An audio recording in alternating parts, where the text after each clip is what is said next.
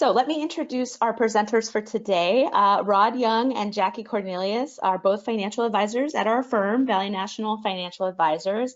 They together also serve as our Executive Edge financial advisors, which they could probably tell you a little bit more about. But really, it's personal financial planning for corporate professionals, executives at a high level, really looking at their personal financial planning and outlook and incorporating the corporate benefit packages that they have to navigate.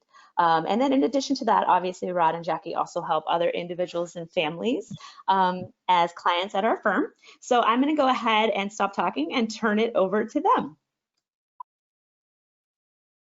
Thank you, Judy Ann, and welcome everyone. This is Rod Young, and Jackie and I are thrilled to be here today. We've worked a long time together as a team, and we're here to talk about a topic, retirement planning that we love to talk about. And so it's great to have you. And we're going to start out just with a simple polling question. And that is so we can get a general sense of our audience. What stage of retirement planning are you in right now? And I know we haven't defined these stages yet, but just answer to the stage that you believe that you're in.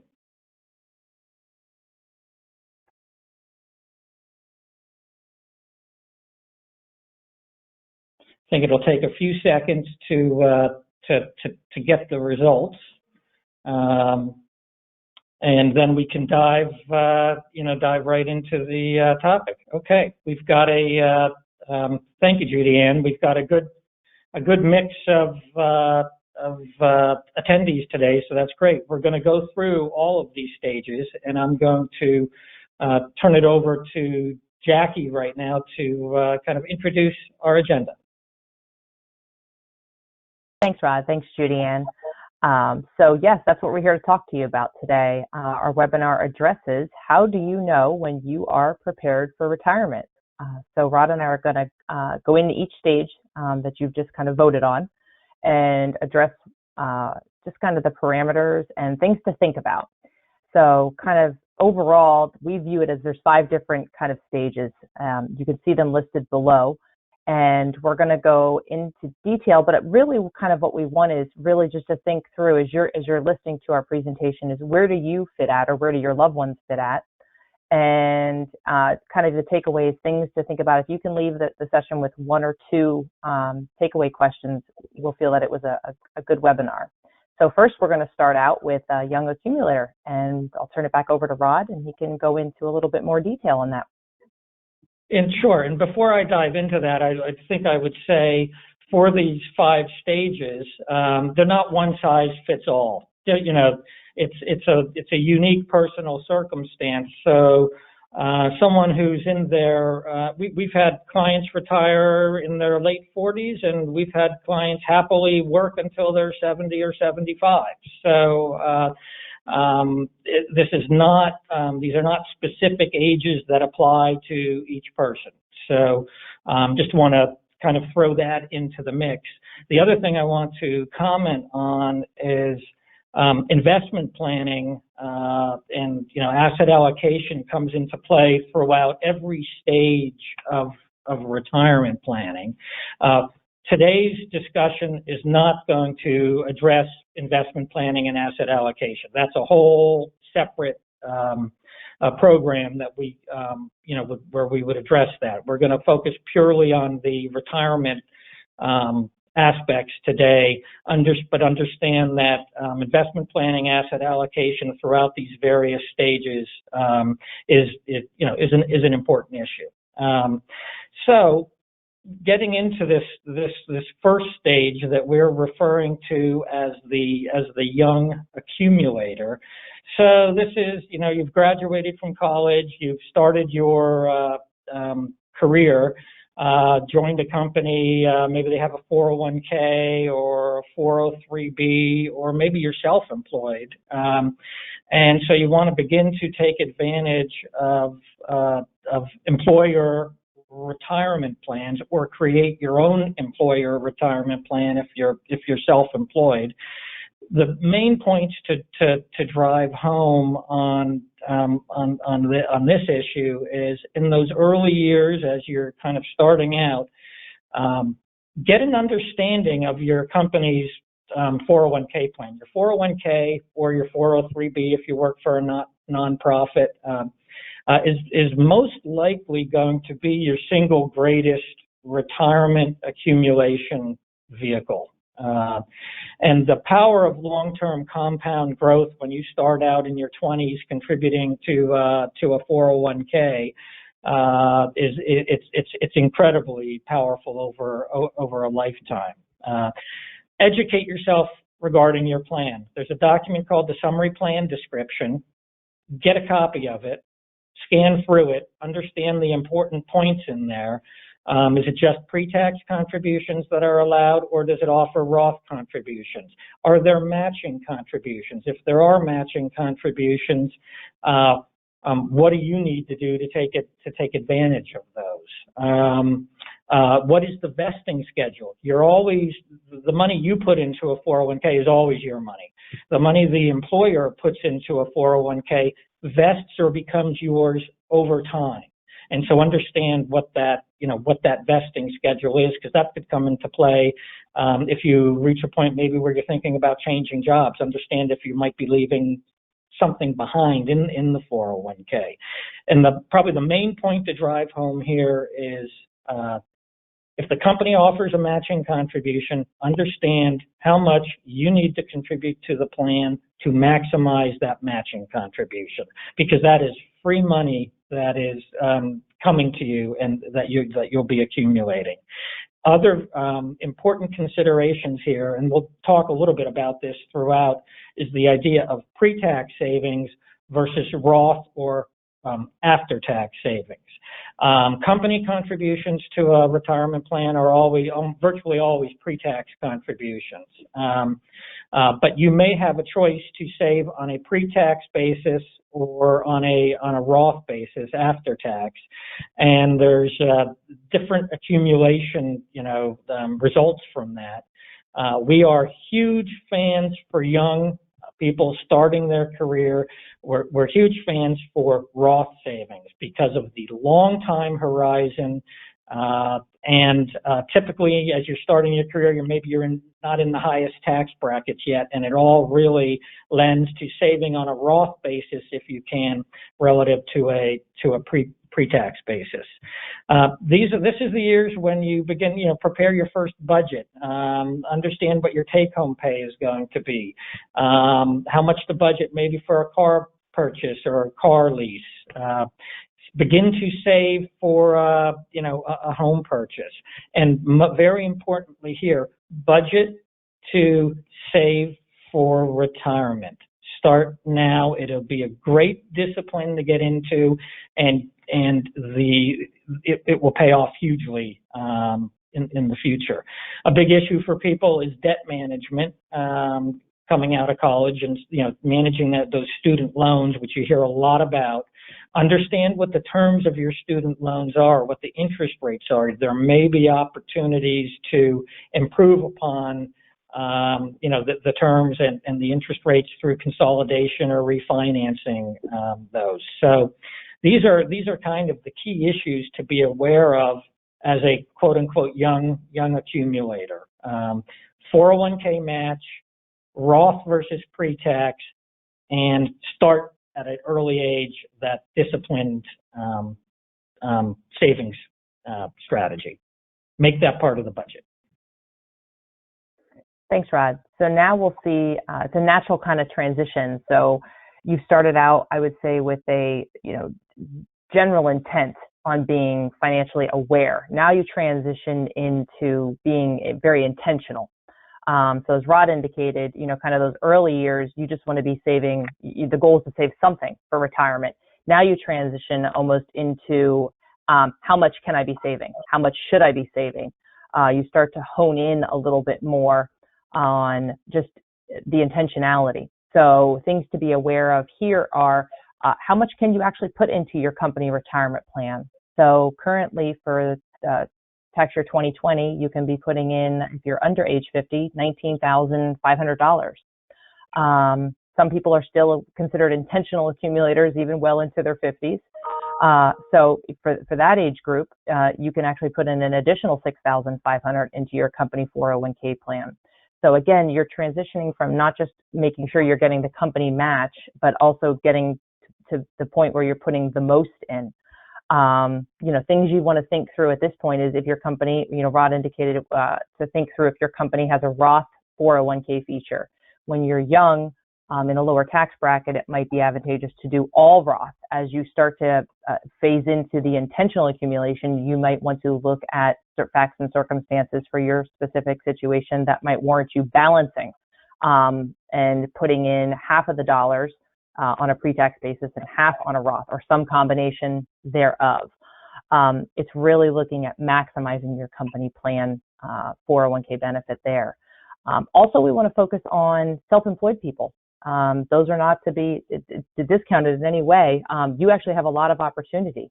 In this sense, you are not only the employee, but you are also the employer. And there's several savings vehicles available to self-employed people as well. Again, going back to that phase you're in, which is intentionally setting dollars aside for retirement. There's a vehicle called a individual 401k or a solo 401k, which is a great savings vehicle as well. Also, as this phase, as you start to, maybe get to the end of this phase, you're now looking for additional ways to save. So you've maxed out your 401k or 403b, your company retirement savings plan. And that's where you start to think of things outside, such as an after-tax, we call them after-tax or brokerage account. So you're now saving after-tax dollars. Other things you could do is we have some clients that look at investing in rental properties. Other ways would be Roth and IRA contributions. Those would be outside of a company retirement savings plan. Just be mindful, those do have income limits. There's a strategy known as a backdoor Roth IRA, and that can help circumvent some of those income limits that are imposed on being able to just direct dollars directly into an IRA or a Roth IRA, rather. So also during this time period, one other strategy of what we would phrase as additional retirement savings is simply debt repayment. Rod and I get asked the question quite frequently, should I accelerate the payments on my mortgage? Or if you have a vacation home, how quickly do you want to be debt free? And kind of all these additional questions that you're now starting to layer in this phase lead you to kind of down the path of wanting a financial plan or needing really a financial plan prepared. It doesn't need to be a super in-depth financial plan, but what a financial plan does is it aggregates all of these goals into one area, and it helps you look at them in totality to make sure every decision you're making is leading you down to achieving your financial goals. So there's kind of two different financial planning thought processes we just wanted to point out quickly. And one is, I'm sure a lot of people out there, we get questions about this, is online financial planning tools or calculators. Not to discount those are a great starting place for somebody who is just trying to learn and gather information. Those are a tool that can be used to gain information. When you're kind of ready to sit down and what we would call almost like sharpen the pencil a little bit and really look at your financial picture in totality, that is where we would recommend you seek out a financial professional, or advise you seek out a financial professional or financial planner to prepare a detailed financial plan, one that looks at all of your goals and pulls all of your kind of long-term thinking and goals together. Other areas that fall into this slide definitely would be the stock-based compensation. A lot of our clients have the opportunity to contribute to an employee stock purchase plan or granted awards of restricted stock or stock options. So as Rod indicated, getting a copy of the plan document that goes into detail and addresses vesting and the parameters around those different tools, around those different types of compensation. Understanding those in order to maximize those benefits is very important. And again, to the extent you have questions, would be where we would, we would advise seeking out a financial professional. So now I'll turn it back over to Rod, and he can go into what we would call the light at the end of the tunnel. Yeah, and if we can, Judy Ann, can we back up one slide for a moment? Thank you. So Jackie, I wonder if we should just just briefly talk about, so if you're working for a company and they happen to not offer a 401k, I was thinking maybe touch upon that. And so if your employer doesn't have a 401k plan, then a pre-tax IRA can make a lot of sense, and there really are no income limits then that prevent you from putting money on a pre-tax basis into an IRA account. And the 2020 contribution limit for the IRA, I think it's $6,500. 6,500. Yeah, if you're under age 50. Or you possibly can be contributing to a Roth IRA if you're under the Roth IRA, income limits. And just to emphasize the idea of Roth versus pre-tax, and I think Jackie alluded to it, but in the 401k, you have that annual contribution limit. It's $19,500. So it can be all pre-tax, it can be all Roth if the plan offers a Roth feature, or it can be a combination of the two, as Jackie mentioned, balancing it out. And the whole idea here is, so the pre-tax obviously saves you current tax dollars. The Roth is after tax. You don't save any current taxes by putting money into the Roth, but assuming you let it grow for retirement, you never pay tax in the future on the growth. And there's some other advantages as well when you get to those retirement years and you have to start taking money out of accounts. The Roth has a different set of rules. So I just thought it would be good before we moved on to the next section to kind of emphasize a couple points there. So now I think we can jump back. Yeah, go ahead, Jackie. Oh, I'll jump back in real quick too. The 2020 pre-tax IRA contribution is $6,000 if you're under age 50, and it's actually $7,000 if you're age 50 and over. Same thing with the Roth, just so we're technically accurate on that. Okay. They change the limits every year, so we do have to always check back to be technically accurate. And one other quick comment I'll have is going back to kind of the overall of the webinar, which is trying to decide which phase you're in. We do see clients shift back and forth. One common thing we do see is if you end up going through a divorce, you can go into your intentional accumulation years. You can go all the way back down to quote unquote the young accumulation years, sometimes going through a divorce, or even the death of a primary earner in the family. So, to Rod's point earlier, there's not a one kind of size fits all, and sometimes we see people shift back and forth. Sometimes a forced early retirement can cause somebody to shift into a different phase as well. So that's why we feel it's important to understand each phase. Go ahead, Rod.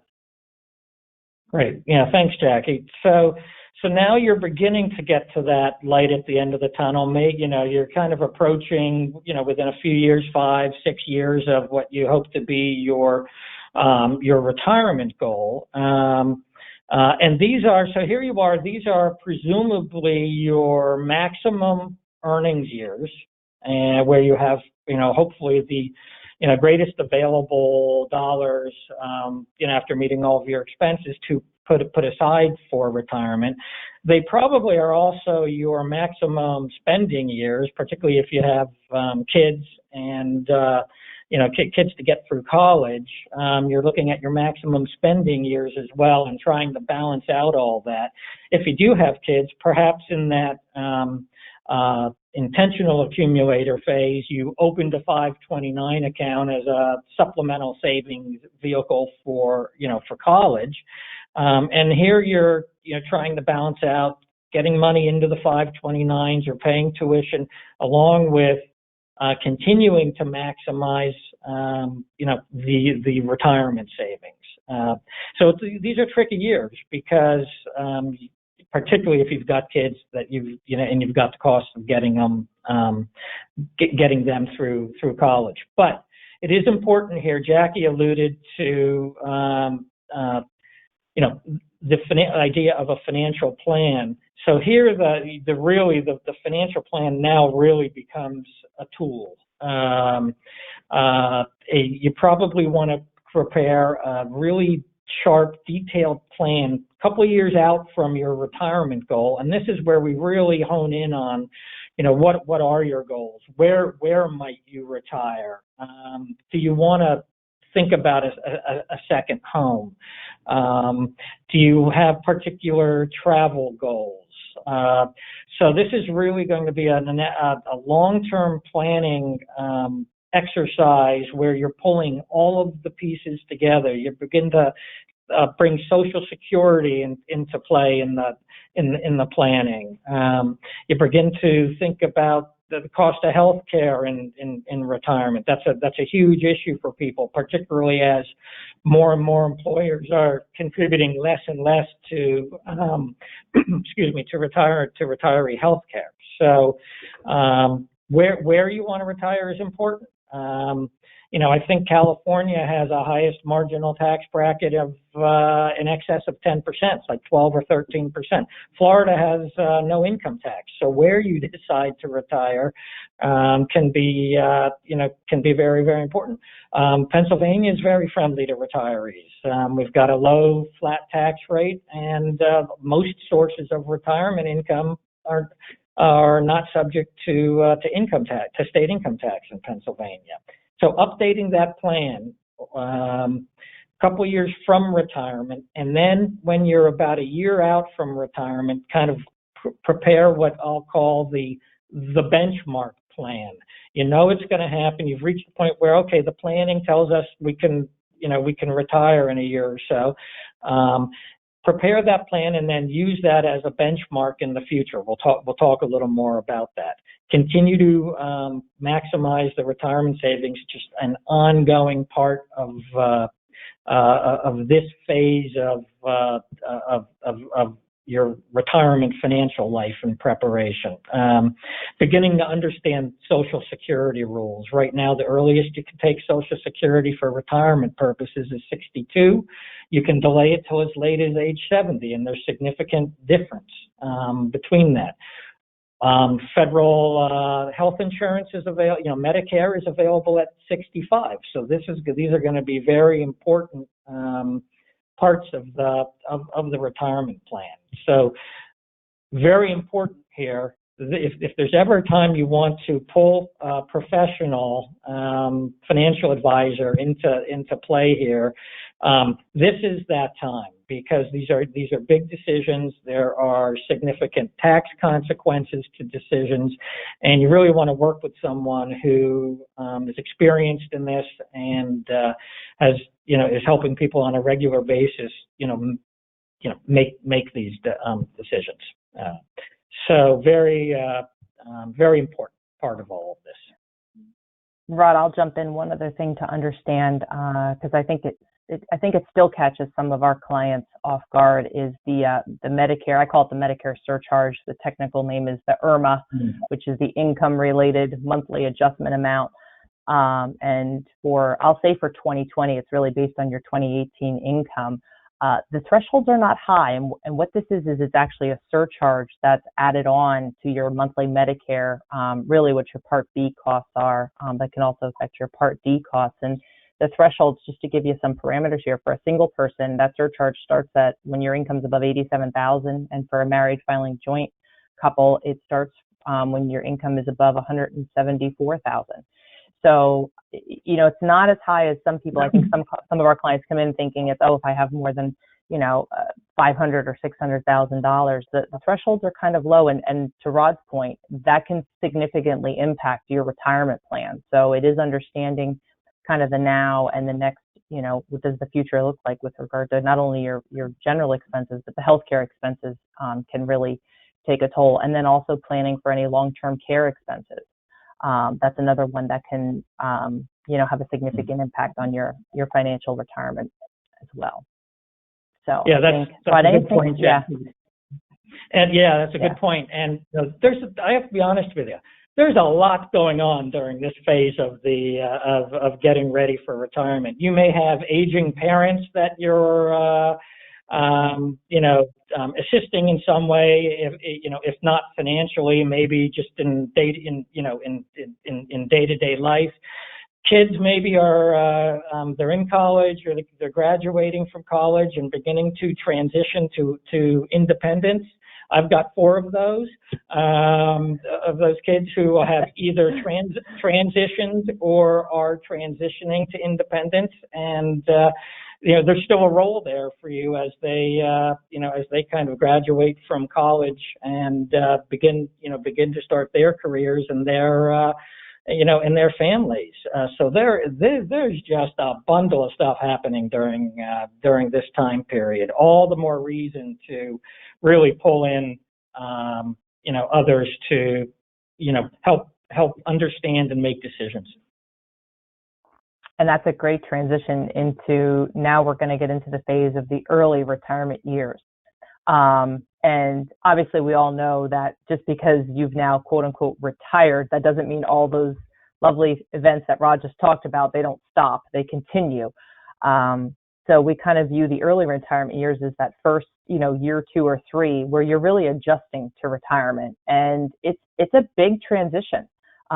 We see a lot of clients kind of, taking that deep breath and saying, okay, and it is really good to be able to walk alongside with a financial professional to kind of really help you stay the course and stick with the plan. That's really what those first couple of years are about. It's really transitioning from receiving a paycheck or paying, kind of paying yourself through payroll if you're self-employed, to now you're structuring your pay, your income coming from your own personal assets, and or pension and or government benefits. Mm-hmm. Yeah, where the number one question we get is people begin this phase, where's the money coming from? It's there's a reason we have on this slide, get comfortable paying yourself. This is a real transition time for people. Absolutely. So number one on the checklist for this section would be, yes, get comfortable with paying yourself. Know how that's going to look. Is it setting it up where you're paying yourself, monthly, quarterly? Should the money be coming out of your pre-tax accounts? Should the money be coming out of your after-tax accounts? So again, going back to the plan, presumably by now you would have already kind of actually had an initial game plan or financial plan done. So you do have the groundwork laid, and then your financial professional and yourself will continue to tweak it as necessary. And then you're monitoring. A lot of times plans just assume a gradual increase in expenses or spending. In reality, a lot of times we see clients' expenses increase right when they retire because presumably they're still young, they're healthy, they want to travel, or they entertain more. There's a whole host of things. They're maybe spending a little bit more on, children's weddings at this point or grandchildren. All those things kind of seem to, happen at this stage of life. Or you might be spending even on, nieces and nephews, or to Rod's point earlier, now you may be taking care of aging parents. So there's constant factors that you want to look at when you get into the early retirement years. One kind of, I'll say general guidance is not to make a huge change when you're starting out retirement. We get asked a lot, clients are retired and I think they're figuring things out and they're like, well, should I start, maybe gifting money to my children? We tend to say, and this is obviously not a recommendation, just kind of a general guidance, is stick with the plan. Stick with the plan you've laid out, get comfortable in retirement. And then as you get comfortable, start to see additional changes that you may want to add or tweaks to the financial plan. And just take some time to get used to your new lifestyle and see how that's going.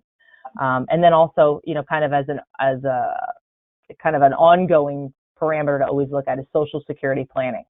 And to the extent, you've retired before the age of 62, now it's possibly, circling back and finalizing your game plan on the Social Security strategy that's right for you.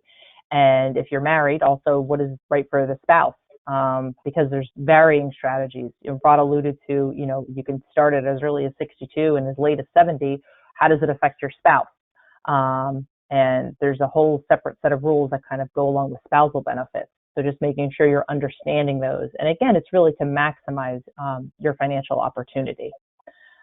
We could, I'm sorry, Jackie, we could devote an entire webinar to the Social Security decision and planning around it. And it's probably one of the most common questions we get from people is this whole issue of when to start Social Security. Yep. Mm-hmm. And then I'll just add on some other things to think through, are the kind of those, I'll call them trailing benefits. It's probably not the right word, but additional benefits. So, we have some clients, they retire as early as 55, even younger sometimes. And there's other kind of planned benefits that haven't commenced yet, such as a pension? Do you have the opportunity to delay taking the pension? And again, it all kind of goes back to whatever the planning work you've laid out with.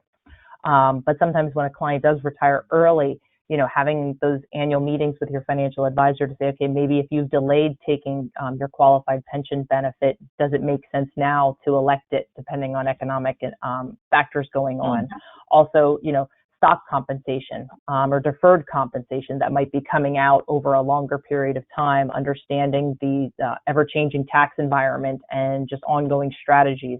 A lot of times that's things we focus on in early retirement, and just making sure, again, you're maximizing your financial situation and opportunity.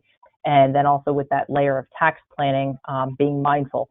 We're going into an interesting time right now. It's election time. So Rod and I are definitely focused on, potential changes that may evolve from a changing landscape. And so just understanding how taxes kind of always add a layer of complexity, or I would say a focus layer onto your overall financial planning goals is important. Yeah, Jackie, it's interesting. We haven't spent much time talking about pension plans. We focused on the 401k because, fewer and fewer companies are offering, the old style defined benefit pension plan. But to your point, for those people who have them, that's one of the biggest financial decisions that you will make is it may offer a lump sum distribution. Do you take a lump sum and roll it over into an IRA, or do you take one of the annuity options? And if you're going to take an annuity option, which annuity option? And so we didn't really spend a lot of time on that because we're seeing fewer and fewer of them. But that if you have that huge opportunity to talk to someone to get some guidance there. Yeah, definitely when you want to seek out financial guidance on that, absolutely. And I think that's a great transition. That leads us into what we view as truly the golden years. You've kind of done all this planning work and now you're really enjoying, kind of your retirement life. And I know we kind of have the funny phrase up there, sail into the sunset, but really we do hope that's what it is for all of our clients. And we know it's never that smooth, but even as a sailboat, we should say, has some bumpy waters along the way. That's where paralleling with a financial professional can really help you. And it's now time to think of I guess you'd say, the long-term goals. And Rod, would you want to lead into what some of those are? Yeah, sure. And despite the color of my hair, I am not in these years yet. Okay. I'm in one of the preceding stages. I don't know quite which one, but no, seriously, these are where we start to get the questions. Okay, someone's comfortable in retirement. They've been retired for a few years. They're comfortable they're meeting their retirement needs, and they have, begin to think about, well, what about the next generation? Should I start an annual gifting program? Or even grandkids, and opening 529 accounts to help grandkids, with college, or maybe very specific. We often see here, this is where some very specific gifting comes into play, helping with a down payment. If you haven't already done it in one of the earlier, in the preceding stage, helping, young adult children with a down payment, on a house. That's a very common gift. Or we see maybe kids go back to grad school, and parents want to help in some way, with graduate school. So those are, so house and education, for grandchildren, and graduate school education are common places where we see people in this kind of phase of their life wanting to help out. And here your estate plan, it really comes into play, and you can spell out either in, via your will or via trust documents exactly, where you want things to go, how you want it to go to the kids, when do you want it to go to the kids, do you want to make any specific charitable gifts, and also, do you want to begin to, how do you balance lifetime giving versus giving, via your will when you pass? And I've many people say, I plan and hope to live for a long, long time, and I'd really like to, I'm comfortable now. I'd really like to help my kids sooner rather than later. And so those are the kind of dialogues we begin to have with people. On the charitable side, Jackie, I don't know, do you want to talk about maybe Rod? Yeah. Yeah, I was just going to jump right in there. I think one of the big kind of takeaways we'd like our audience to kind of use here is, you mentioned there's varying ways to structure not only your estate plan but also your titling. That would be something we would definitely recommend you review. So you may have executed your estate plan, and let's say you even executed it very recently, which is great because the state laws do change. But now the second piece of that is making sure that your assets are titled in a way to accomplish your estate planning documents. So everything from how your house is titled to how your brokerage accounts are titled, and then also vehicles that'll pass via beneficiary designation. So your IRAs, your 401ks, your Roth IRAs, your life insurance, being very, again, intentional and making sure that you've made sure the two of those entities marry each other, because you can have a great estate plan, but if your titling isn't executed, it might not work out the way you wanted it to. So again, that's something I know Rod and I both work a lot with our clients on, is making sure the accounts and the beneficiaries are titled in a way that they follow the estate planning documents, and really ultimately your wants and your wishes. That's really kind of what you want. You want your legacy and your assets to pass per your intention. And then that leads into charitable goals as well. So, you've now executed your documents. If you have heirs that you wanted to leave items or assets to, you've done that in your estate planning or via specific bequests. Now we talk about charitable goals. One of the easiest ways to accomplish charitable goals is via a donor advised fund. And I'll pass it back over to Rod to kind of go into a little bit more details about a donor advised fund. Sure. Thanks, Jackie. So a donor advised fund is a very simple charitable giving tool that we see people taking advantage of more and more, because you can take advantage of this tool with relatively small amount of dollars. And it basically gives you the ability to put money into an account, take a tax deduction for the money that you're putting into that account, but then over time, as you are ready, decide what charities you want those dollars to go to from that account. And so what we do is we, through annual tax planning, decide, what makes sense in terms of dollars going into a donor advised fund. And then each individual, as they see fit, decides, how to distribute those dollars, when to distribute those dollars, how much they want to distribute. It's a great, simple, low cost vehicle for beginning to do what I'll call planned charitable giving. Beyond the donor advised fund, if you have some really significant charitable goals, let's just say, more than a few $100,000, on top, in place of a donor advised fund, you could consider using a vehicle called a private foundation. We have a few clients who've established those. There's very specific tax rules around these. There's an annual tax report that needs to be filed with the IRS. So there's a little bit of extra cost involved with using a private foundation, but it is a great vehicle for long-term, significant family charitable planning. And so we do see a few people that implement that kind of strategy. That's great. And I would add one other thing we do get quite a few questions on is, and it can be from several different kind of lenses, is if a client has low basis stock, and it could be in your company. You might have worked for a company for a very long time and accumulated, company stock. And when you leave, you continue to hold the company stock. That tends to be a great vehicle that we look at when it comes to charitable planning. whether you are donating long-term, low-cost basis company stock into a donor-advised fund, whether you're donating it, or I would say not donating it, contributing it to a donor-advised fund or contributing it to a foundation. There's a lot of tax rules around both. That's something you want to definitely speak with a financial professional, but there are strategies there that can be really, really powerful.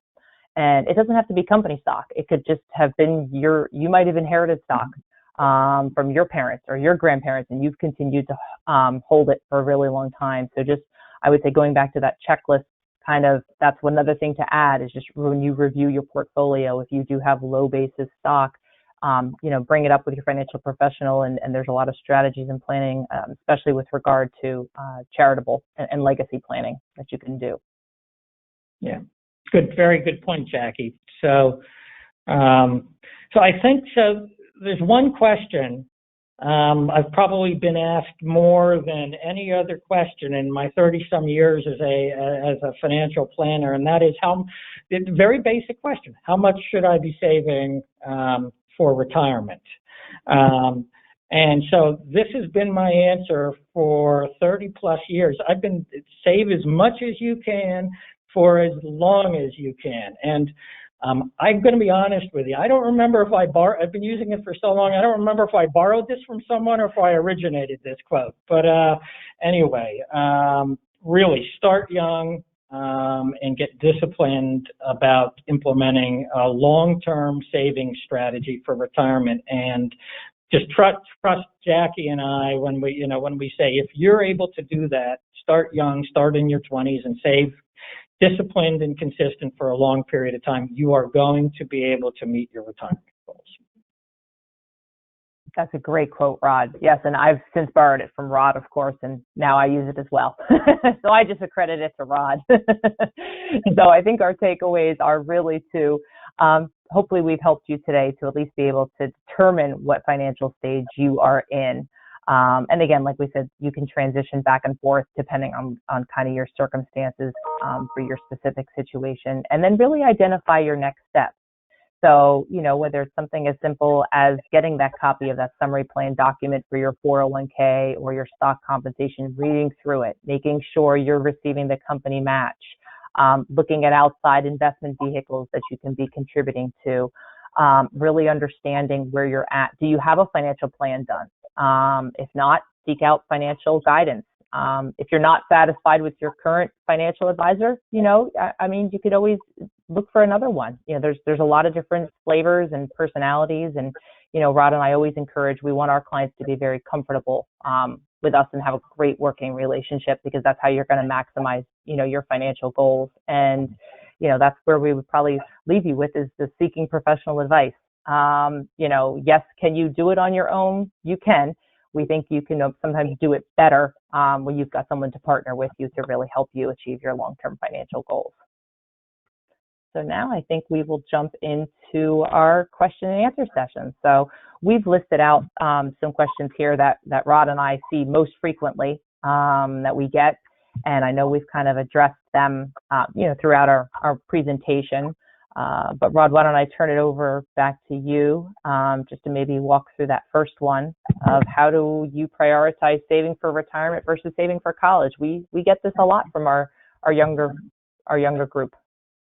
Yeah, thanks, Jackie. Yeah, so I think most of these questions we've touched upon. This is a tricky one, and so I think the way to prioritize is, as you start to have kids, it starts small, and just like we've said, be disciplined about saving long-term for retirement. Be disciplined from the start about saving for college.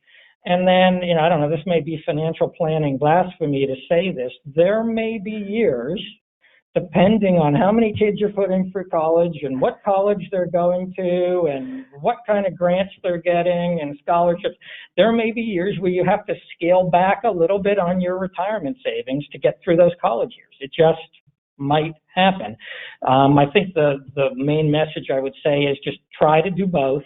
and don't do things like don't stop putting into your 401k completely. At least continue to maximize the company retirement, the matching contribution. So just things like that. But try to the extent you can, make a priority of both. Yep, that's great. Absolutely. Yeah, and I think the rest of these, Jackie, I don't know, we've been talking for 45 plus minutes, and I do believe we have really addressed just these questions. Judy Ann, do we have any other questions from our listeners? I don't have any that have come over live. I know we got one sent over prior to the event, and that one may be a little bit more specific where you guys would have to perhaps address it individually. But let me take a quick look and see if there's, but really the question was about taxes in the first year of retirement, and that sometimes is a surprise for people based on maybe what they were expecting. Yeah, interesting, and I'm not sure. So yeah, good point on the specifics. And so I'm guessing that someone was surprised on the taxes were as high as they were that first year of retirement, and that's why it's interesting on this Q&A slide. How will taxes affect my retirement? Is the last question there, and every financial decision you make has a the income taxes come into play. So by planning, you'll at least be prepared for what that tax bill is your first year of retirement. So I don't know if maybe you had the individual had some retirement income and maybe tax wasn't withheld and they were surprised by a tax bill when they prepared their tax return. Maybe they weren't advised on how to make quarterly estimated tax payments versus withholding. So, and also other sources of income, if you're collecting Social Security, can impact how much of your Social Security benefits are subject to tax. And most people don't have tax withheld from their Social Security benefits. So that can lead to a surprise. So I would just say, in answer to that, planning in advance is really the way to head off any kind of tax surprises. And then I would just say to whoever submitted that question, if they want to talk further, feel free to reach out to Jackie or I, and be glad to have a conversation. And it looks like there was one other question just posted to the Q&A box here. I'm not sure if you guys can see it or if you want me to read it. I don't see it. I have the chat up, but I don't have any. I don't see it, Judy. I'll read it. So it says, if my wife and I retire at age 60 with no employee-sponsored health plan to carry us to Medicare age, is it true that if we just live off of cash savings, maturing CDs till age 65, and therefore have very little income other that is coming from taxable account dividends, would we qualify for discounted health care through the ACA? I'll kind of take that one, and Rod, you can chime in. That's a very specific situation. Rod and I have fielded and counseled clients who do receive health insurance through the Affordable Care Act. But I would definitely say, given our experience with that would be one we would want to see the details, see the actual numbers, because it is a very small range as far as, advanced premium credits, reconciling it on the back end. So it's one of those situations where if you do get an advanced premium credit up front, it all kind of gets reconciled when you actually complete your tax return as to, did you get too much of an advanced premium credit or not enough? And we do work with clients. That's a definite sharpen the pencil, no question. And then there's one more question. Oh, go ahead, guys. Sorry. I'm just going to say, yeah, it's a great question, and I just would emphasize what Jackie said, that it's those are very, very tight calculations, and so working with a tax professional, CPA like myself, enrolled agent like Jackie, to help answer those questions in advance. So it is possible, and it's a great question. Awesome. And so one more question here. It says, at age 60, if I have no Roth accounts, should I? I'm not sure where the Roth would play in. Oh, that's a great. I'll start off with that one just because Rod and I get so excited for the Roth. Because that's why one of the reasons why we love having that, saving in a Roth versus a pre-tax vehicle. So I was actually going to add the comment, and I'm really glad whoever asked that question. Thank you, because sometimes you haven't had the opportunity, and let's say, and I know this isn't specifically getting to your question, which we will, but let's say your company all of a sudden adds a Roth vehicle to the 401k. You definitely want to consider adding money, even if you are 55, 60.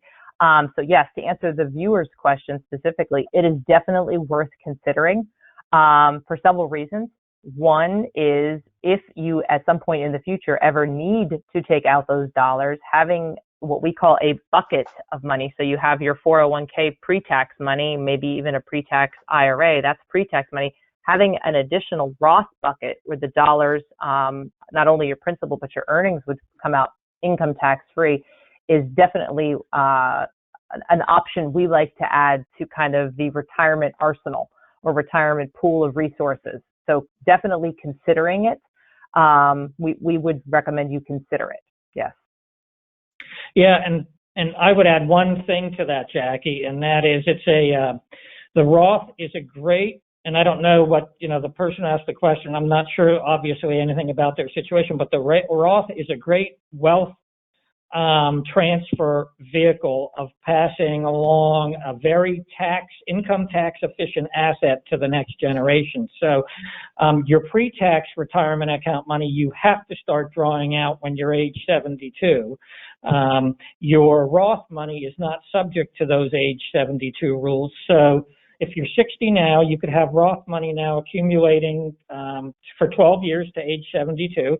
Don't have to take it out. It can just continue to accumulate, and it's a vehicle that could be passed on to the next generation, and it's income tax free to the next generation as well. So it is a great vehicle in that regard. To Jackie's point, supplemental income in retirement that's not subject to tax, or a wealth transfer not subject to tax. And I'll tack on one additional thing. Go ahead, Judy. I'm sorry. Oh, I'm sorry, Jackie. No, there's a related question, and perhaps this is something that you guys can continue to address on this topic. So someone did ask, in the early years of retirement, if they do need money, should they tap into their IRA or the non-IRA money first? I know that might be plan specific. Yeah, that's a good question.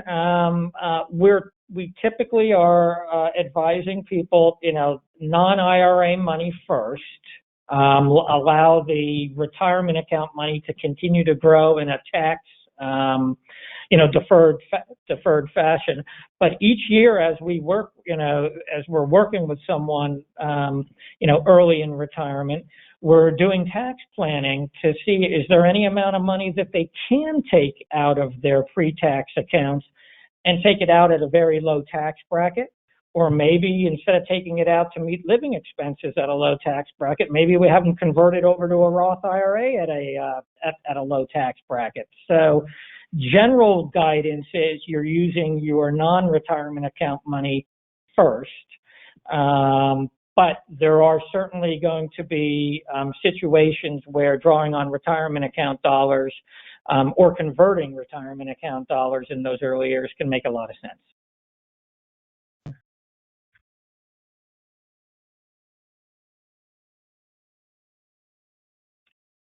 Any other questions, Judy Ann? Nope, that looks like all we've gotten come through. Jackie, was there something else you wanted to add on the Roth topic before we wrap up? Nope, Rod read my mind with the Roth conversion, so we got it covered. Oh, good. Wonderful. Well, I just want to take this opportunity to thank you both, Rod and Jackie, for giving us your time and your insight on these topics. I think it's something that obviously affects everyone, and it's going to be really helpful for people to be able to refer back to this video for the checklist and stages as a resource. I just want to share with the audience that You can learn more about our team, obviously, and there's lots more thought leadership from these two and other members of our team as well on our website at valleynationalfinancialadvisors.com. You can also follow us on Facebook, Twitter, and LinkedIn. And you can sign up for our free email newsletter, which is called The Weekly Commentary. There's an easy way to do that right on our website. And if you prefer to just shoot us a comment or an additional question after the fact, our email for the team is called FromOurTeam@valleynationalgroup.com, and you can find that on our website as well through the contact form. And with that, unless our presenters have anything else to say, we'll finish out the webinar. Just thank you. Thank you for listening. Thank you. Great to be here. It's been great. Okay, have a great day, everybody.